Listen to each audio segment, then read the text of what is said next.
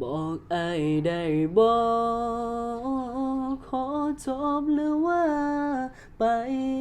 ต่อเว้ามาสิ่งที่อ้ายขอ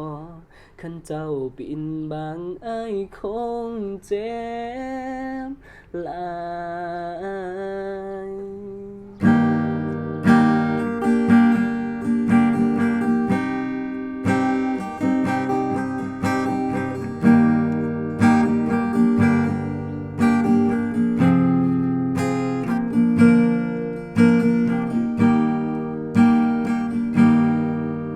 เมื่อเขา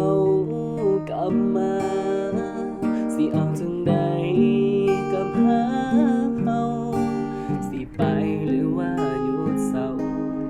ตอบอ้ายแน่อ้ายอยากเข้าใจอ้ายก็มีหัวใจ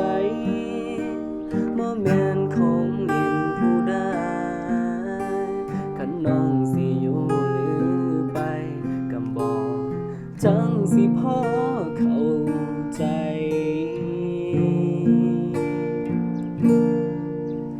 อ้ายทุ่มเทไปเบิดใจบ่มีความหมายความห่างจางให้ในมือที่เขากำมาใส่บอกสิมีแต่อา